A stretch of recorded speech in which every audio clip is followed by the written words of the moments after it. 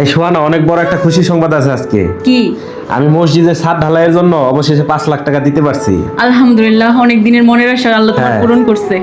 ও, তোমাকে একটা কথা বলতে ভুলে গেছি। বড় আপা ফোন দিছিল, তোমার বাগনাকে বিদেশ পাঠাবে, লাখ 2-1 টাকা চাইছে, বলছে 2-1 মাসের ভিতরে দিয়ে দিবে। আরে যখন তখন টাকা চেয়ে বসলে হয় নাকি? মসজিদে মাত্র 5 লাখ টাকা দিলাম, ছেলে মেয়েদের স্কুলে ভর্তি করাইলাম, এখন টাকা পাবো কই থেকে আমি?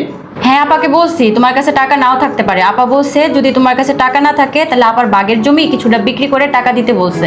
আরে ওই জমি বিক্রি করার টাকা দিতে হবে না, ওই জমি আমিই রেখে দিব। তোমার কাছে ফোন দিয়ে শোনো কত টাকা বিক্রি করবো জমি। তুমি একটু আগে না বললে তোমার কাছে টাকা নাই? আরে ওইটা আমাদের বাপ দাদার জমি, এতদিন ধরে জমি খাইতেছে, অনেক দামি জমি। তুমি ওরে ফোন দিয়ে শোনো কত টাকা বিক্রি করবে, কম টাকা এখন দিয়ে দিব। আর ছেলের এখন বিপদ, বুঝো না তুমি? কিন্তু তুমি এত টাকা পাবে কই? আরে বুঝো না কেন? 50 লাখ টাকার জমি কোন রকম 10 লাখ টাকা দিয়ে ওরা বুঝাই বাজায় নিতে হবে। এখন ওরা বিপদে আছে, কম টাকায় দিয়ে দিবে আমাদের। তোমার বাপ দাদার জমি আর তোমার বোনের কি তালের জমি নাকি? বোনের বিপদে 2 লাখ টাকা দিয়ে তুমি সাহায্য করতে পারো না, আর বোনের 50 লাখ টাকার জমি তুমি 10 লাখ টাকা দিয়ে অনায়াসে নিতে পারবা, তাই না?